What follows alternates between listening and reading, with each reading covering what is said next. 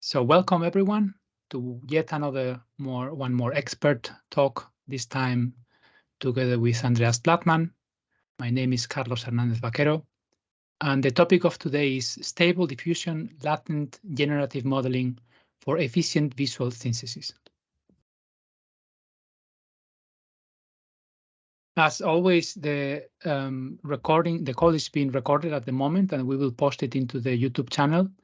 And you may use, of course, the chat, but we will look concretely at the Q&A box in case you have any question.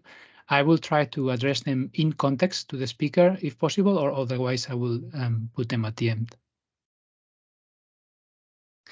And the GenAI Gurus is a quite new community established in June 2023, just a few months ago, and we have seen very, very big interest in such a community. At the moment, we are over 430 or 40 people and growing daily. The community is really open for both newcomers and experts, and today we have one expert talk. And the intention is to support with guided learning from basics to advanced hands-on concepts. We have a pipeline of expert talks. At the moment, we have published this one on the 26th of October with Duigu Altinok. It will be about audio generation, exploring the audio LM paper from Google, a bit of paper dissect, a bit of code. As you see, we try to cover all the different aspects of generative AI. We have gone through several related to large language models. Today we will look at image generation. Next time it will be about audio generation. And the community at the moment is led by 4 people. We see here 3 of them. My name is Carlos Hernandez Vaquero. I work as software development manager, leading the data-centric software group in the Stuttgart area at Bosch. We have also Serena Singer, who I don't think she's there at the moment. She's in the Global Advisory for Risk Management for Generative AI at KPMG. And we have also Gerd Prusman, whose name also I don't see in the list at the moment, but he's the CTO of Cloud Ace in Berlin. And also we have a 4th person, which is Rasmi Kamat. She started supporting us recently, so she's not yet there, but we will add her for the next talk. And now we go to the interesting part. The speaker today is Andreas Blattmann. He's a research scientist at StabilityAI, doctoral student at LMU Munich. He co-authored the paper leading to the Stable Diffusion and developed all the further successor variants and versions of Stable Diffusion. His research focus is on finding suitable representations for efficient applications of generative AI on high-dimensional visual data. And of course, he's an advocate of open source ML models. I guess otherwise he would not be where he is. And with this, Andreas, I give you the stage.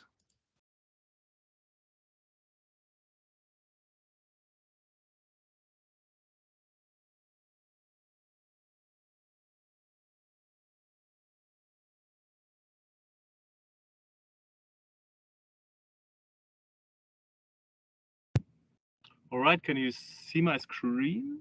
Right, we see the beautiful rocket. Perfect. Yeah, it has a bit of GIF artifacts. Hopefully that's fine. Actually quite hard to convert it an MP4 to a GIF file. Okay, so let's get this going. My name is Andreas. I will today give a quick intro about latent generative modeling. Hopefully you all know Stable Diffusion. It is a latent generative model, a latent diffusion model, to be more precisely.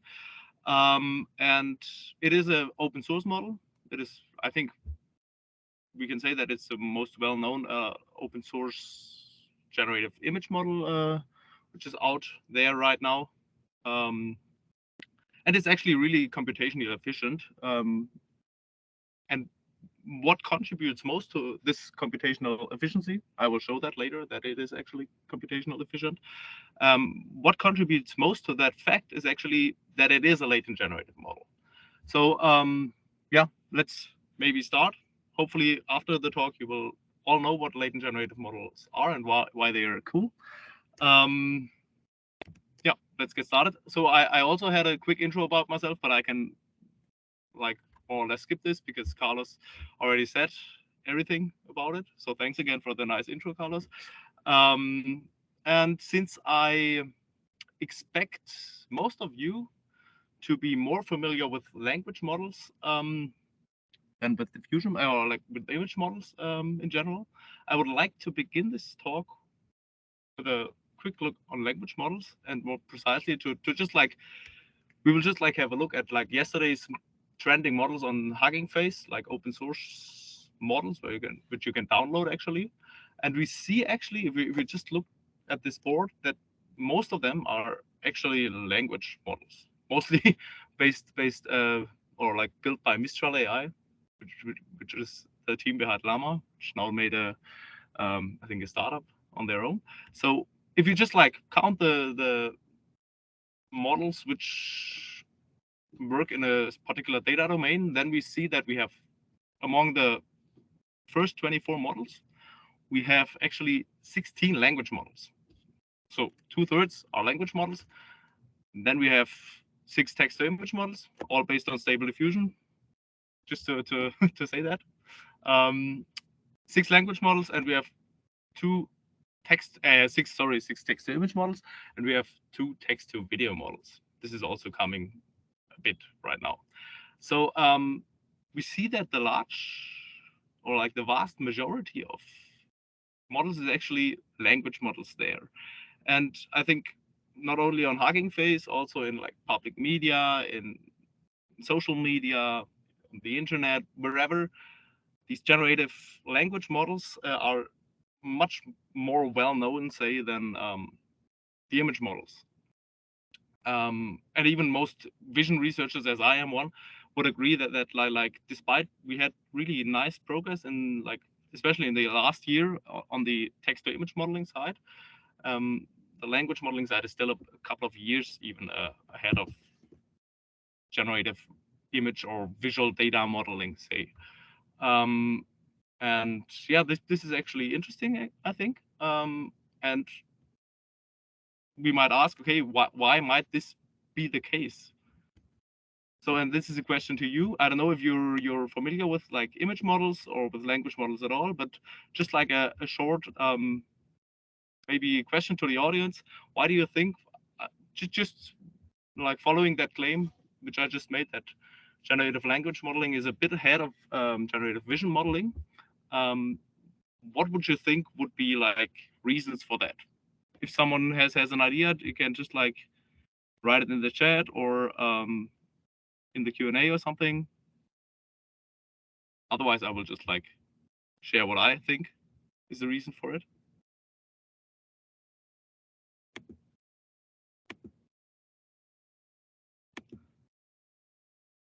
So no idea. Okay. Anyway, I will just like think what I think is, or like start with what I think is like very important on that respect. So first of all, we have really optimized hardware for language models. I think with a transformer paper in 2017, it was like released. Since then, like all the language modeling area, like basically focused on autoregressive transformer in combination with more like autoregressive models in combination with a transformer architecture, which is really nice. And like consequently, basically all GPUs are heavily optimized to the attention mechanism, which is the backbone behind the transformer. So this is the first point. Second point are also like things really related to scaling, because we know that these models just scale very well and their performance increases like exponentially if you raise the compute or like scale the compute. So more efficient data loading we have, and also we have more data. We have like arguably much more text on the internet than images.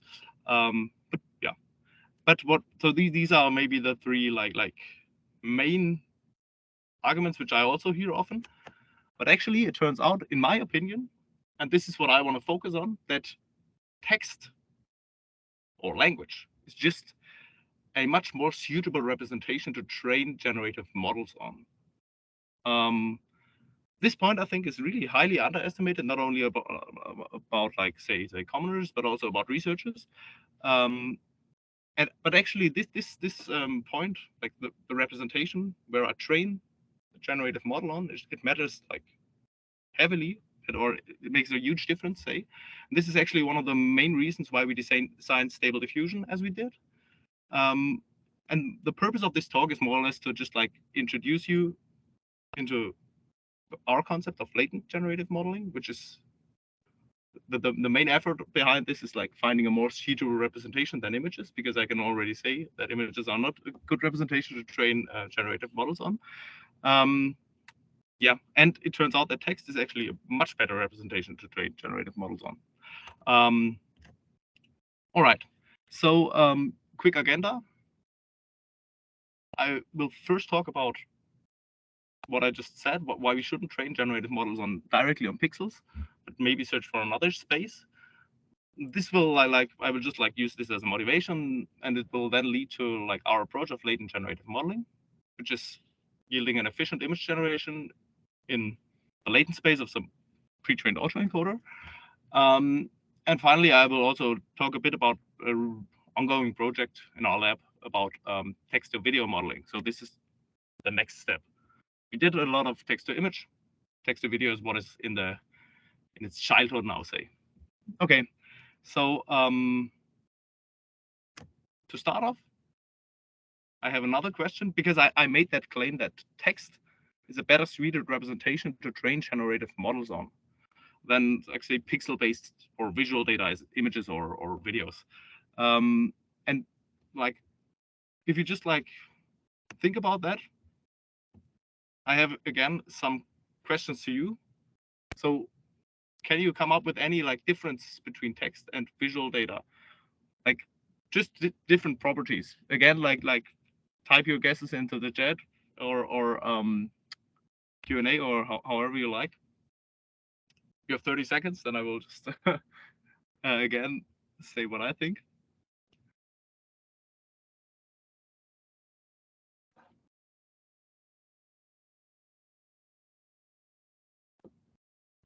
Less dimensions. Yes, this is actually really nice. I also have it on the list. Story comes first. I think you have to more elaborate on that, but good. Thanks for your guesses. So yeah, I would just like semantics. Ooh, no meaning per se. This is also interesting. I don't know exactly what you mean by that, but we can like in tokens. Oh, we can actually also decompose images into tokens. But I think I know what you mean. Maybe you mean the structure. We can actually, in a meaningful sense, decompose it into a sequence of tokens, because it's just like it only has, say, one dimension, which is if we read from left to right, whereas images is a two-dimensional structure, right? We have a pixel array, or even three-dimensional if we consider the channels. But we simply have, like, if you want to assess a shape of an object, we have a two-dimensional structure. This is one part. Then we have dimensionality. Extremely so text has less dimensions. So it's much more low-dimensional, right? Images are just a matter of like a text document is usually kilobytes large, whereas images are, depending on how you store them, megabytes or hundreds of kilobytes. So we see that much higher dimensional, of course. This is a really interesting point, my favorite point. And this has to deal with the dimensionality. We can show, I will show you in a bit, that text has actually a much higher density of information. It's a much more compressed representation in that sense, if we think about it in an information theoretic way. And this is actually extremely interesting, and one of the main parts why generative models can work better on text than on pure pixels. And the reason for that is actually that the creation process of these kinds of different data. On the one hand, for text, you have humans which created it. Text is human-made, and humans took part in its creation, which is actually it's evolutionary, it makes a lot of sense that it's very compressed because we have to communicate efficiently. Whereas like images or visual data are actually made by the sun, which just sends this electromagnetic spectrum to us, which we perceive as like, or within our range of perception, right? We only can sense a couple of like, or a small band of wavelengths actually. So this is actually, these are two also, I think, underestimated properties, but they are extremely interesting, I think. And I want to like shed a bit more light on that. I want to now shortly like just list facts. So actually the representation matters, I can already say. And I'll just list some properties or facts about language and compare them to images or visual data. So as already said, text is very compact and efficient. I will show that like soon. And this is just because it was evolutionary very important for us to communicate like say efficiently, right? Otherwise we would be maybe not here today. It has a very high information rate, and this is actually a fact which is not only true for one languages. We can see that this is a commonality between basically all language families, no matter if they were like developed independence or independently. And we see that like in this really nice graph. It's from a basically I think it's a linguistics or like neuroscience paper. I don't know exactly, but it's a really nice read. I can only like recommend that. That's why I put the source into here. And this basically shows what I just stated. So if we assess the like distribution of information rates for every of like for many different language families when spoken, we see that their means actually they lie in a between a like really small band of like say from 35 to 45 bit per second. So this is really like information rate measured in bit per second. We can information theory can like it gives us means to measure that actually, and we see that no matter if the language is its origin is in Europe or it's in like say Asia or somewhere, we see that the mean of the averages among of the distributions among all these different languages, they lie in a really small band actually, and also that this like 45 or like say it's 39 the mean, this solid black line here. So here we see the entire distribution, and this is actually really pretty much.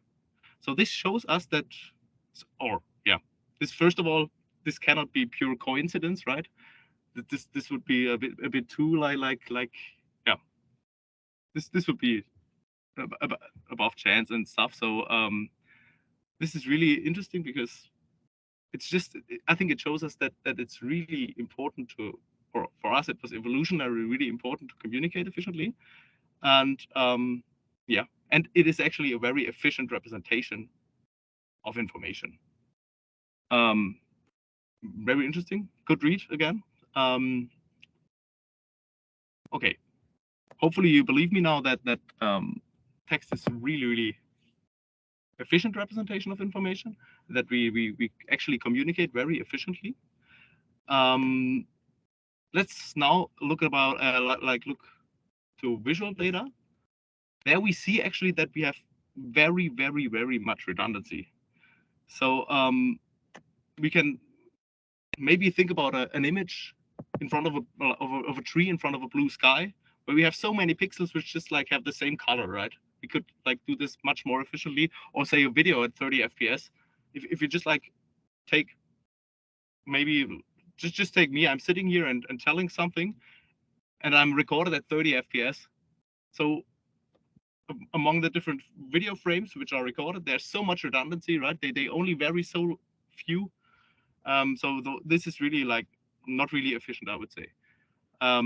Moreover, images are, as I said before, not human made, but they are created by sunlight, and we cannot control the spectrum which is falling onto the Earth, right?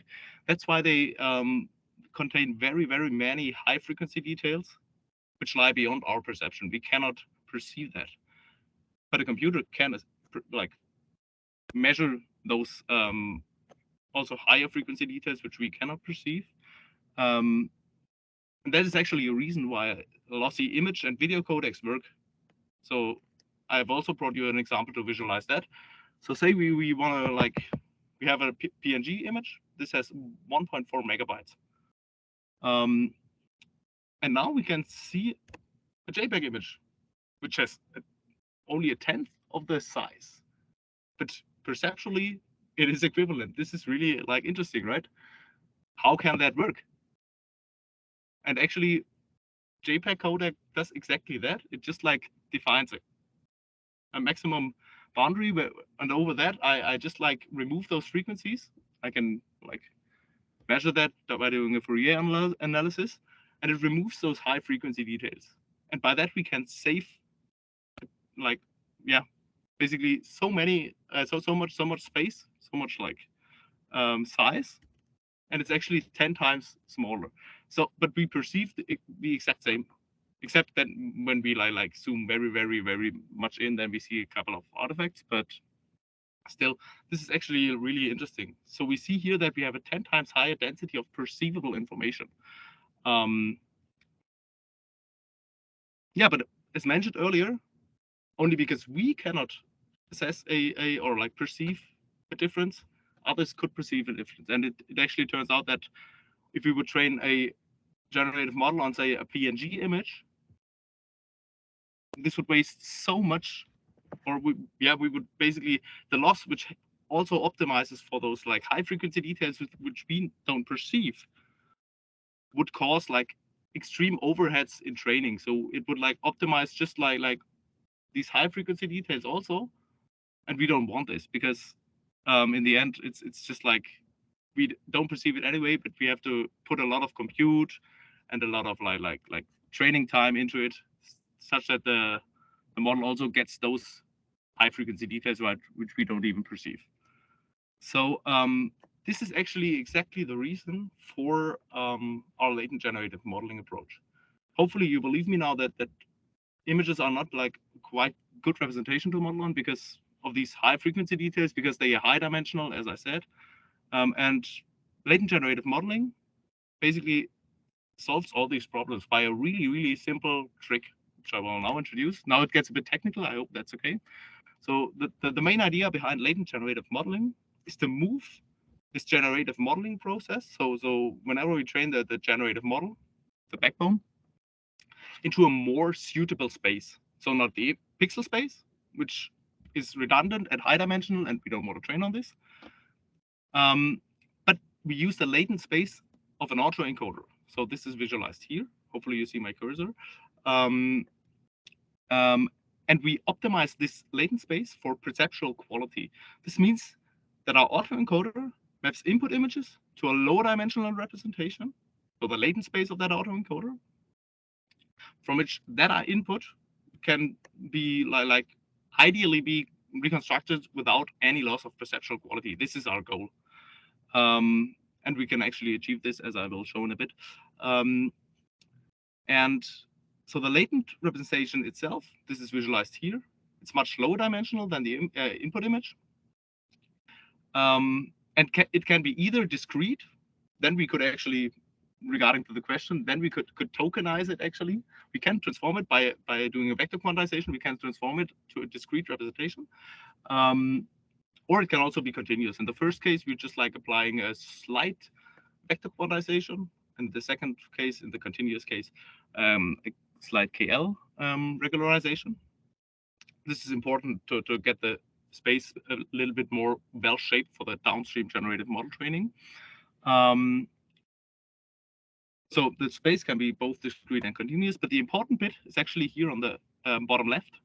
This is this patchwise discriminator, because that one ensures that the reconstruction really looks like realistic images, and that they do not suffer from blurriness or other reconstruction artifacts, which you usually have when training autoencoders only, say, with an L2 loss or something. So this is really important. And the total loss for this autoencoder is then like reconstruct, or like it's based on it's a combination basically of the totally classical reconstruction loss here, then of a regularization loss, which can either be like vector quantized, so discrete or continuous, and then this scan loss, which amounts for perceptual quality actually. And because we like initially really found it hard to correctly weigh all these three terms, we introduced a dynamic weighting strategy, which calculates an adaptive weight, which is applied to the adversarial loss, to the scan loss.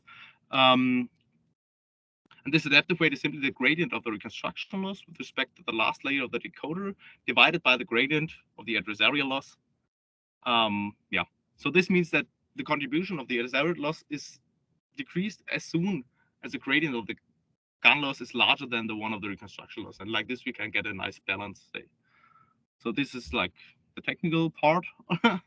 And another very important detail actually on this construction is that we pre-train this autoencoder and keep it fixed when training the generative model. So the generative model is trained on that bit here, on that latent space, which is just an equivalent representation of the image, we can say, but much lower dimensional. And yeah, so we pre-train the autoencoder, we fix it, and that's it. That is then it's much better to train the generative model like afterwards. Okay, so let's quickly summarize the benefits of this alternative representation to do generative modeling on. So beyond the fact that we remove those imperceptible details and thus align the training objective of most generative modeling approaches much better with perceptual quality, we also get a dimensionality reduction, and this results in nice speedups during training and inference. And this dimensionality reduction also amounts for lower dimensional gradients, and thus causes less memory consumption during training. So we also can train this much more efficiently on less GPUs and stuff. So we have a lot of benefits from that. And just to convince you that this space is really perceptually equivalent, I've brought you here a challenge, and you have to basically tell me which of those images is basically a true image and which one is a reconstruction. So one row is true, one row is reconstructed. Has anyone an idea? So the reconstructed one is based on a 16 times reduced latent space. Just again, guesses in the chat, please.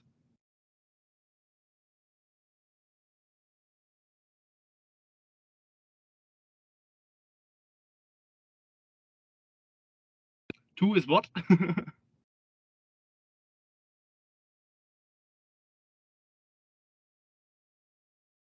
Two reconstruction? Yes, I think it's right. By the way, I use this slide so often, I actually didn't know. I don't know anymore, but I guess yes. Yes, it looks like, yeah, two is the reconstruction. But you can yeah, so two is reconstructed. It's actually true. But you will see that it's like close to. It's really similar. We will also see that it's not exactly similar later. But yeah, so let's maybe.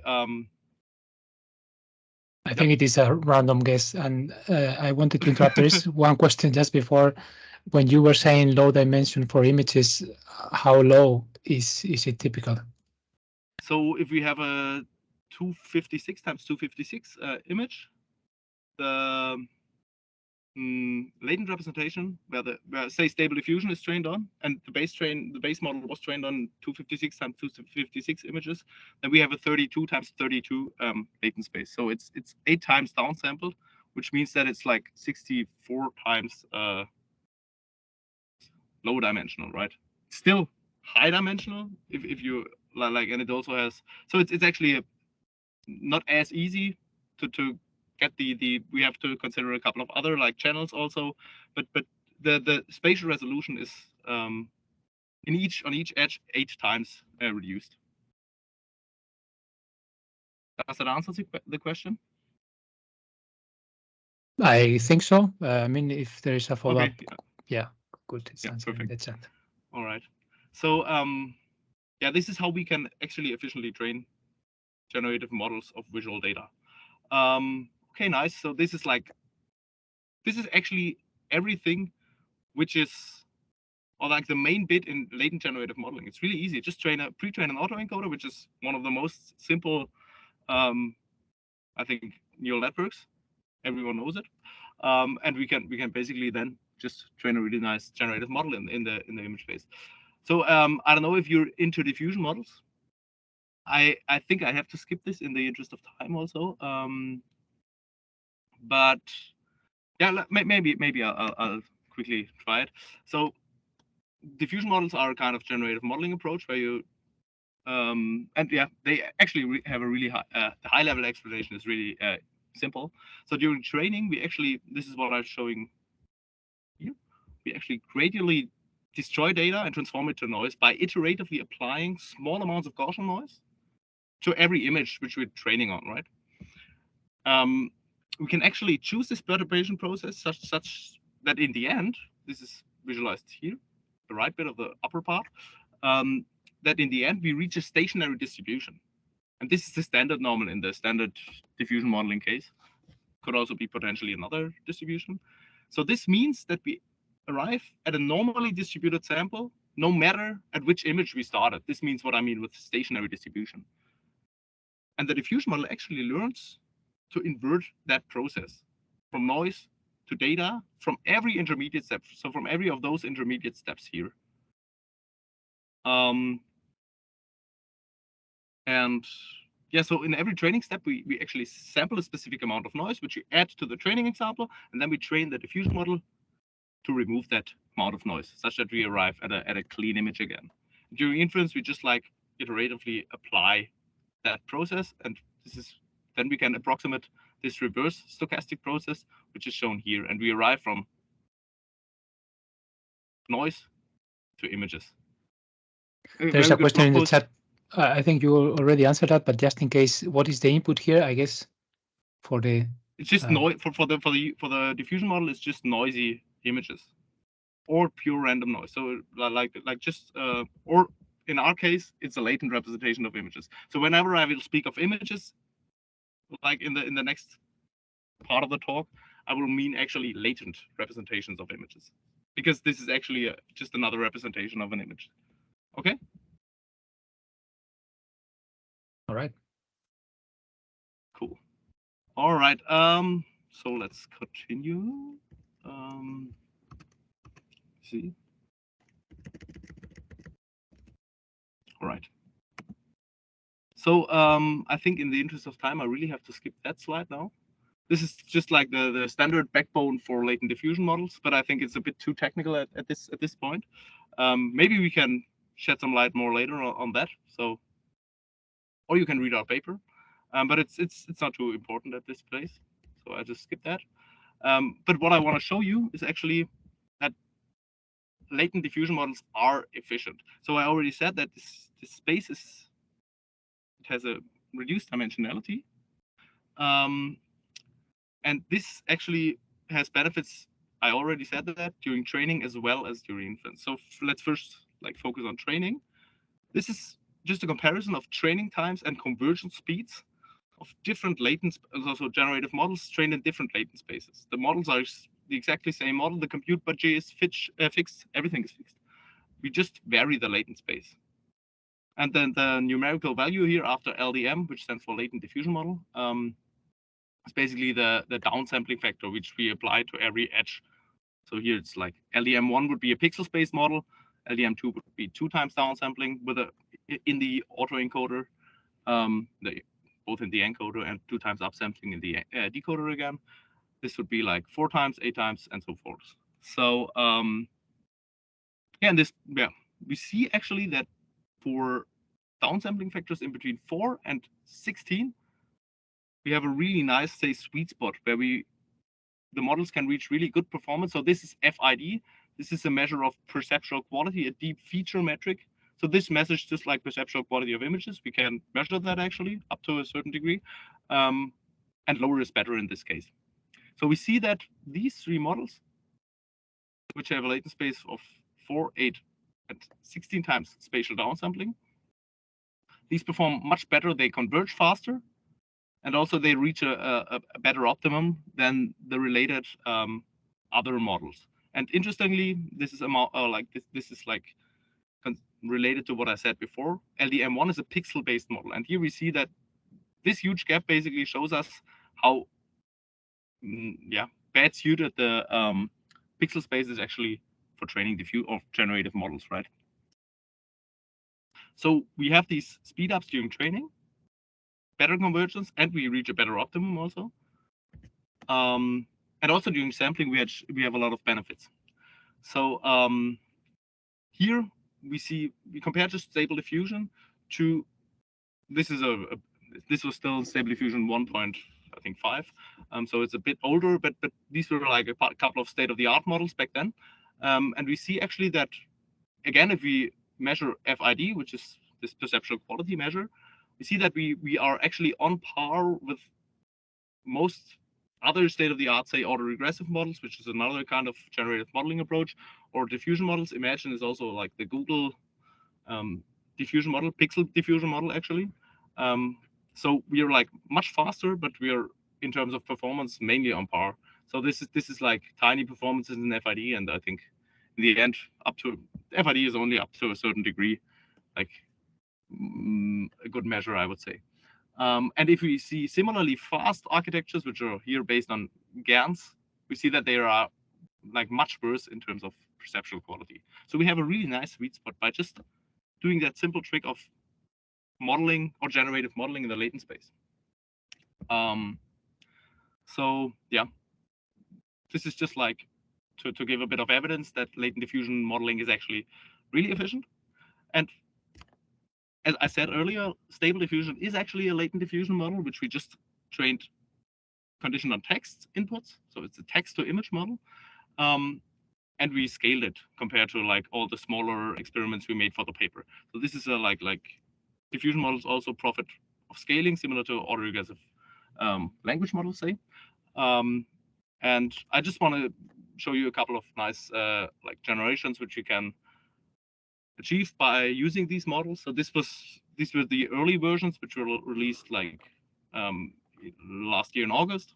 Stable Diffusion 1.5, some nice generations. We can also fine tune them to achieve like say different tasks. Here we have done a depth to image fine tune. So we have a depth map. This is visualized here, and we see that we controlled on text. We can just like basically get a depth to image model, and we control the output based on text. We also can fine tune it into an upscaler, so we can take a blurry image and this does a 4 times upsampling, then get a sharp image here, which does really nice textures, I think. And really funny thing is also in painting, text controlled in painting. So we can really also like, this is really nice for like say image to image applications, just for image editing. We can basically do whatever we want with this cute leopard or cat. And also this bench, we can populate this bench with interesting characters, I'd say. So yeah, and also like since it's an open source model, Stable Diffusion, we saw like a really after we released it, we saw an explosion of like open source applications for very different domains. We saw medical diagnostics made with Stable Diffusion. So basically based on fine tuning actually, because it's just a nice image representation. We saw 3D graphics. We have some Blender plugins and stuff. I think we had Photoshop plugins also, and we even saw like video production, which still lacked some global context or like temporal context there, but still cool applications. Cool. So and basically in I think June, I think the beta version was released in June this year. We released like the follow-up model, which was a scaled model, a larger diffusion model, called SDXL because it was larger, Stable Diffusion XL. And yeah, this is like, I think was much more powerful. Just like quickly walk you through the basic differences. We used this, so this is the basic pipeline. So we had a slight different approach. Instead of having a single backbone, we actually had a base model which did like only a small part of that denoising process, which I just introduced in the or like say 70% of that denoising process, which I introduced in the diffusion model slide, and the rest was taken by a definer, which is trained on a, say, a couple of higher aesthetics images, and thus refines the output. So this can be seen as an ensemble of experts, which is inspired by a recent paper by NVIDIA. We had a fine-tuned decoder, and we had a different latent space. So we wanted to generate much higher dimensional images, and that's why we trained the final version. We also pre-trained on a low dimension, but we slightly increased the resolution during training, and we ended up at a latent space which was still 8 times dimensionality reduced, but it was then 128 by 128 training, and this then resulted in 1024 times 1024 output images. And both these models were like still conditioned on a text prompt here. Yeah, we also fine-tuned that variational autoencoder. So for SD 1.x and 2.x, we always use a really simple autoencoder, which we actually trained on one GPU in the university lab back then, and we just like did a bit of like scaling on that and reached better numbers. So we see here that like in every number for these two pixel-based metrics, higher is better, and for these two, lower is better. And we see that this fine-tuned, not fine-tuned, sorry, this newly trained variant is actually better. So this is also an important bit. Then quickly speaking about this base model, the main bit of it was just scaling it. Really, we used 3 times the parameters of the previously published versions of Stable Diffusion, and we shifted the compute, or the number of parameters, to the transformer blocks actually, because similar to like language modeling, for image generation, especially if you want to get really complex prompts right and complex spatial arrangements, you actually need to scale the transformer blocks, because the UNet backbone of diffusion models, the kind of architecture we use, has also convolutional layers, which are quite often used in computer vision. But it turns out that for generative modeling, transformers is actually the thing which really scales well. So just scaling other layers than transformer layers would just not give like good results, I would say. So we really scaled the downmost transformer block here, so in the bottleneck of the UNet. And that gave a really nice boost. Also, we used different text representations to feed the text to the model. And yeah, we used an additional pooled text embedding, which has some nice properties, which I will show in a second. But so these are the main differences, actually. I think in the interest of time, I'll also skip those slides. Sorry, but this is just, I think it's also a bit too technical for this audience. But yes, let's quickly skip to this. So one ingredient which results, I will show you in a bit, resulted in much better quality was basically just scaling the model. This is what also works really well for language modeling, right? And the second bit was this refiner. This was, as said before, just trained on a small set of high quality images. And this gave actually, it makes a tremendous use, like difference. So if we use this base model, we get these like these outputs, and we see that after we apply the refiner, we get like aesthetically much more pleasing results. So these small like details are actually really interesting. We see here that we have like food on the table, sure, but here we have much more detail, right? Also here we have like a much more blurry face, I would say, and here it's much sharper, and yeah. And also here on this like shirt, we see it. So this is actually really nice because it gives that aesthetically nice looking touch, I would say. And we see that if you see the results. So we have like the full pipeline when applied, it yields really nice structures. It yields a lot of detailed background. Just look at this like arrangements here in the back. It's really nice, I would say. And yeah, so this was actually much better than the previous version. Also here a couple of highlights, which I recently collected from our personal image spam Slack channel. Yeah, also quite nice, I would say. And if we compare the results actually to the previous versions of Stable Diffusion of this SDXL model, we had a base model, a beta model, which we released like in June, and I think the 1.0 was in July released. And we compare these two to the previous versions of SD, sorry, we see that it's like, yeah, they beat the previous models at a large margin, or by a large margin. And the final pipeline is basically the best in the end. And that's how it should be, I think. Cool. Also, we like compared ourselves to Midjourney, and so Midjourney, the most recent version of Midjourney, which was out back then when we did the paper, and we see that we also like, based on the questions, which model follows the prompt better, on the party prompts benchmark, which is a really challenging like text prompt benchmark, we beat them in like the human preference study, which is in the end the gold standard for modeling, or like for assessing which model is better, in my opinion. So yeah, also there we were really competitive. And these were just like, or these are a couple of comparisons with nowadays state-of-the-art models. I think Midjourney has released a newer version by now. Some rumors say that it's based on SDXL. I don't know. So yeah, we just like DALL-E 2. This was also before DALL-E 3, of course, which is the most, I think, currently most powerful text-to-image model by OpenAI. Bing Image Creator, which is also doing quite well, Midjourney and SDXL, especially like those complex compositions. You really see the effect of scale here. It gets these compositions right, which is actually really great. Yeah.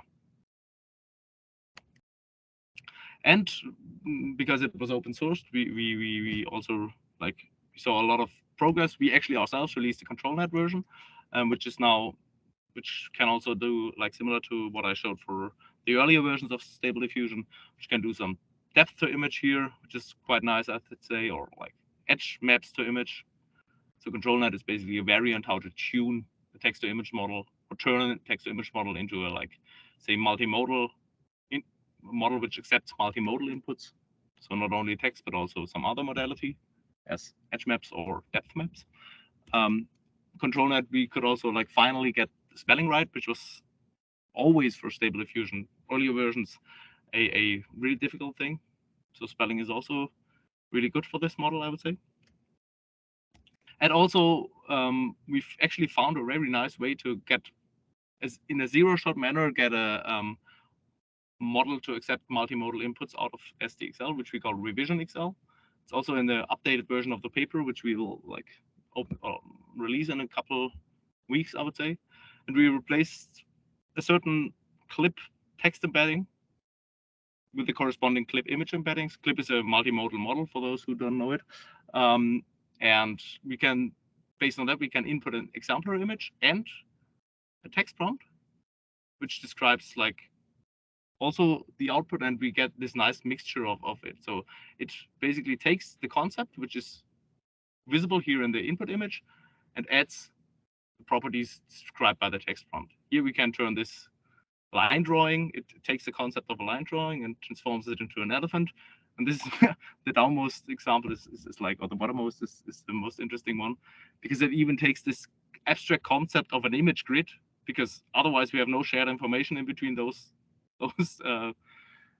4 images, I think, and turns it, if you say a house or a cute animal, it just like extracts this abstract concept and turns it into an image grid in the end.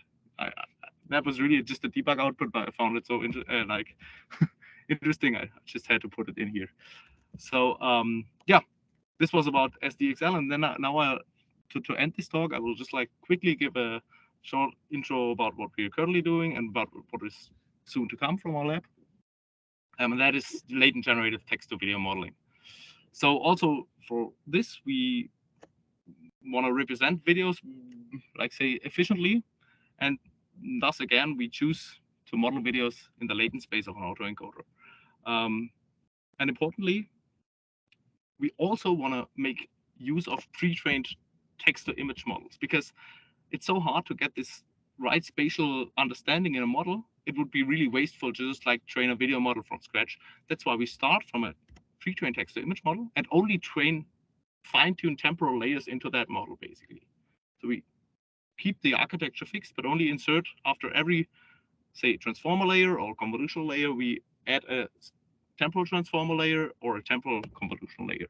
Like this, we can basically start from a pre-trained text-to-image model and fine-tune it into a video model. And the video layers basically learn to align the otherwise temporally like uncorrelated samples from this text-to-image model. This is visualized here. We made this nice plot.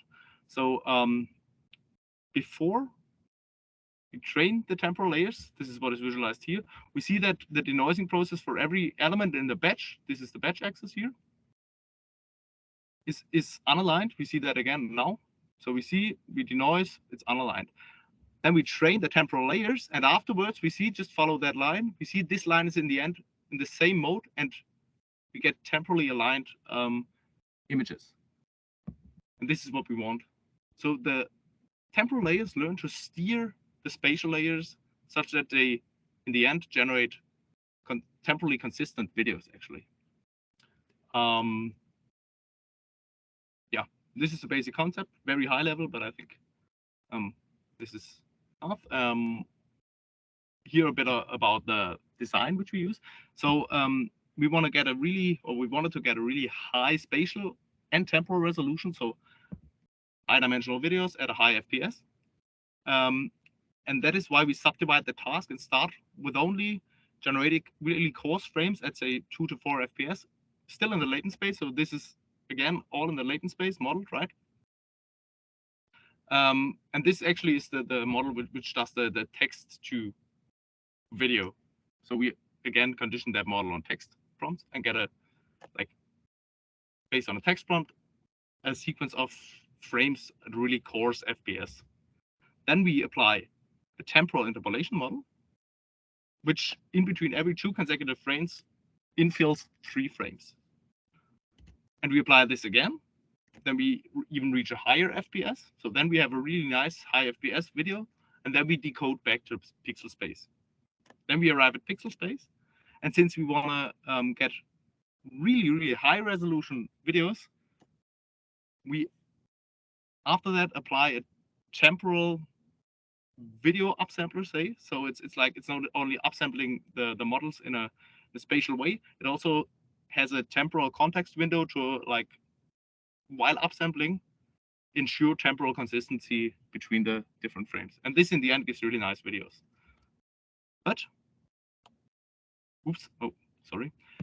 but a last really important bit is that since we trained, like, we started from stable, or like from a pre-trained text-to-image model, which in our case was Stable Diffusion, and used its corresponding autoencoder to get the latent space for the generative model training. This has one downside, because this autoencoder was only trained on images. And for every tiny detail the encoder removes, it has to remove details, you saw that earlier, the decoder has to hallucinate the details again.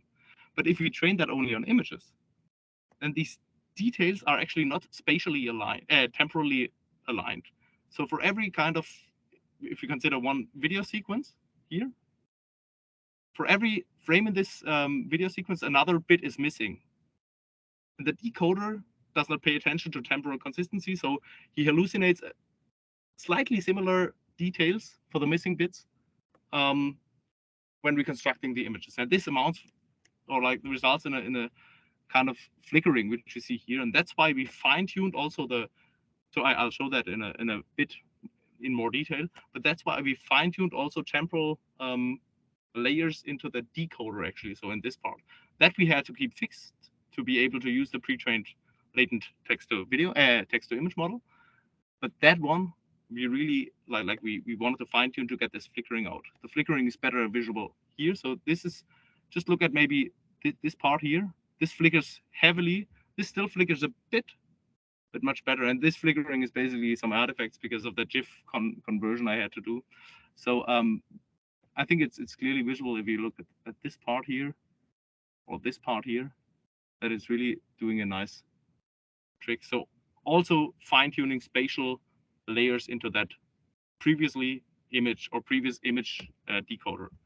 And this was actually the last bit which we had to add. You can, if we go back once, oops.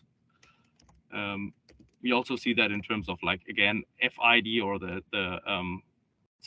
temporal equivalent of the FID, the FVD. We can actually and this pays heavily attention to, like, these kind of flickering artifacts.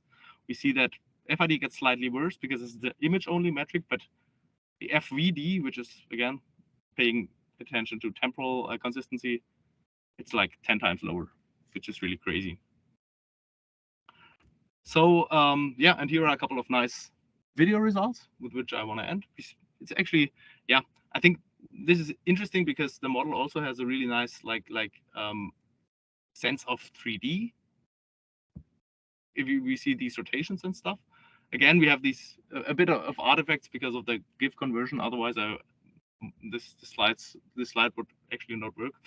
So sorry for that, but yeah, I think it's still somewhat nice. It can also do, like, photorealistic results. It can do some artsy results, like in the style of some artists or watercolor paintings. Yeah, I think this is the next thing we currently, like, finishing it up, and we will release it in, say, maybe the next month or something. And yeah, with this I want to end. Hopefully that was not too technical or something. The last slide of takeaways. Remember, we should not train our generative models directly on pixels if we don't have infinite amount of compute. And yeah, latent spaces of autoencoders are really nice alternative representations when doing generative modeling for visual data. Micro-conditionings, okay, I don't spoke about that. Sorry, this was skipped in interest of time, but it's not too important, actually. And last but not least, what we just saw, we can also use latent diffusion models to do text-to-video generation by just fine-tuning these temporal layers. So yeah, you can also check out our code. It's available, and also the models, of course. You can try these. Just follow that link.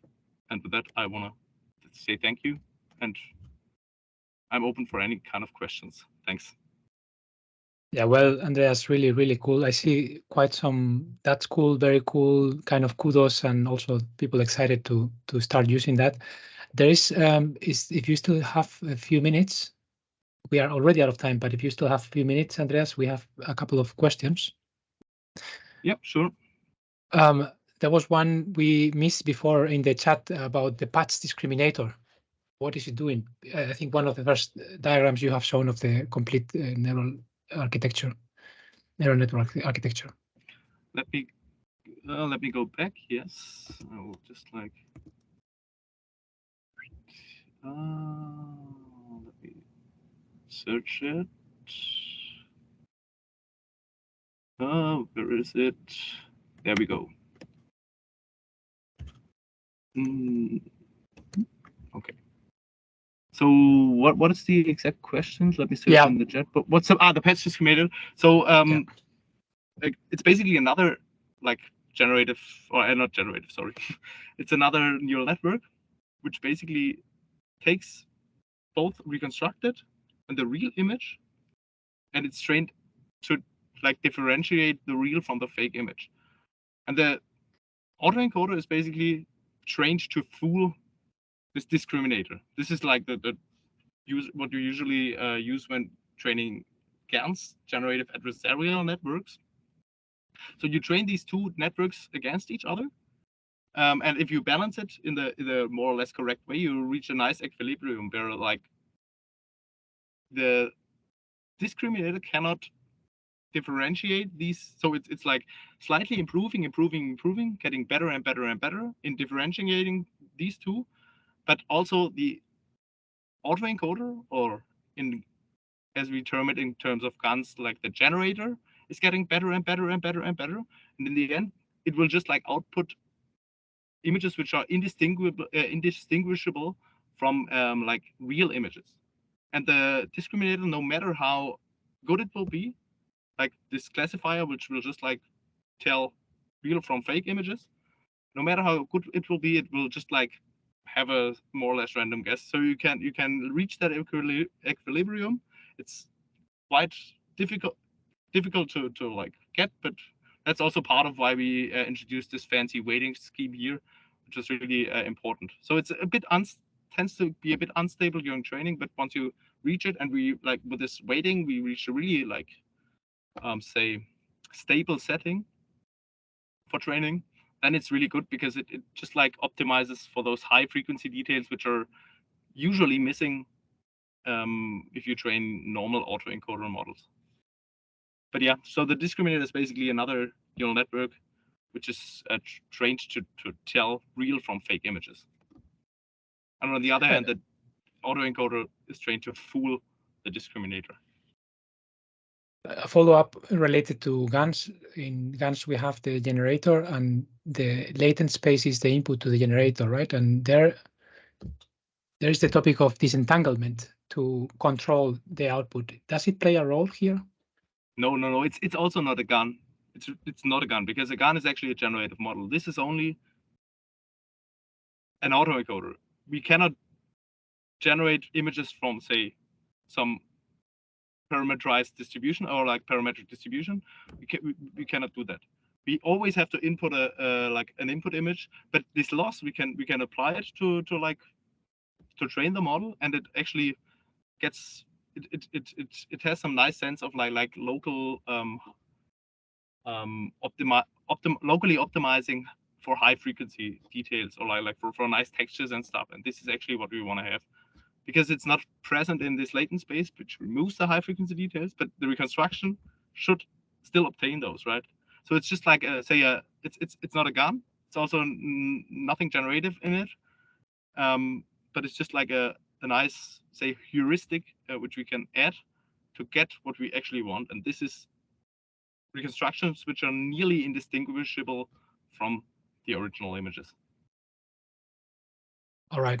There is maybe from my side to close up more on the business side. It would be really cool if you could share some kind of at least order of magnitude. What is the investment that in hardware or whatever that the StabilityAI needs to do to train the SDXL? And maybe if you could also, for the people there who want to try Stable Diffusion, if you can recommend what kind of services, websites. I know about ClipDrop, but maybe there are others that you may recommend. Yeah, I think ClipDrop is a really good thing. So just search, but yeah, also, I mean, if you're into also model training, I think then probably best thing is to go to Hugging Face and download the models there. So here we have, for instance, say SDXL 1.0. This is the base model. You can already get really nice. It runs on a local consumer hardware, so you can basically use it. Also, these nice control net things. Like this, you can input, say, an image or a depth image or some kind of edge map and do some image-to-image applications. This is really nice. Also, these control nets. Yeah, I think that Hugging Face is a good starting point if you want to really sample on your own. If you say have a GPU in your local laptop and want to just like create a couple of images on your own. Otherwise, I would say ClipDrop is a good thing. There are also another of like other hosts, but yeah. And in terms of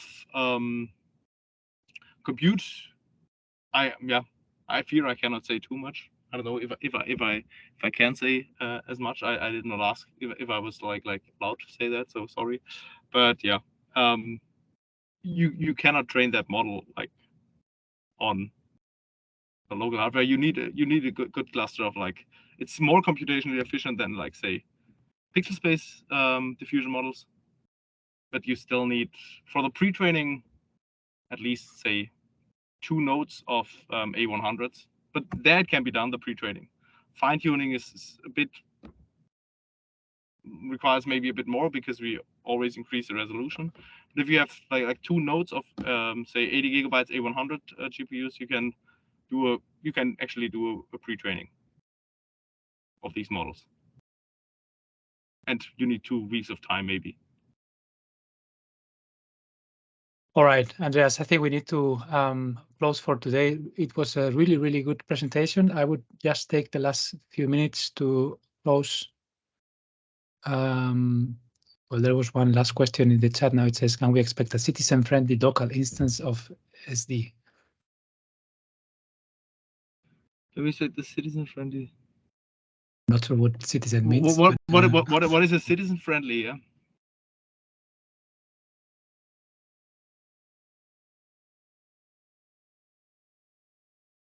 A local install. Actually, I'm not into. We develop these models. I'm not into the most recent fine tunes, I have to admit. But yeah. So yeah, I don't know. Minimum interaction cost. So it depends on your hardware. You can just like download it and run it on your local PC, I guess. And this is like, or just go to ClipDrop and generate images. You have to wait a bit, but generate images like for free. All right, I think we need to close for today. Thank you again for the. And any people okay without Git? I think that is yeah. Okay. Yeah. Sorry again. Yeah, but I guess without Git, you can just go to ClipDrop, right? That is a good way to at least try it out. And there's a commercial version, I believe. Yeah. Let me maybe paste the as a last thing. Paste the link.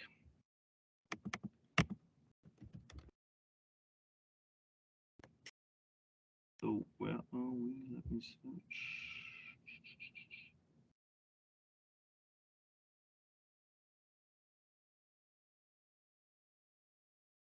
Oh, there we are. Okay.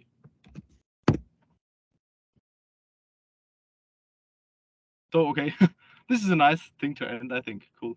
Yeah, perfect. So I just want to remind you just before we completely close, thank you again, Andreas, for answering all the questions.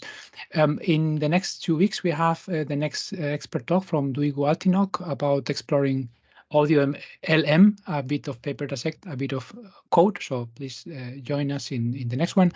And just a short reminder about all the mediums we have. You can just subscribe to the YouTube channel, and you will get the recording, this recording, and follow-up recordings directly in your feed. You can, I think it's a good idea to also follow in Meetup. I assume you are already following, otherwise I'm not sure how you got here. And for sure we have a LinkedIn page where we also post all the events upcoming. And yeah, of course, viral spreading, I think talking to the people you work with and telling about this community, I think is the best way. Other than this, thank you again for joining us. Thank you again, Andreas. It was really, really good to have you with us. And then have a good day. See you in the next one.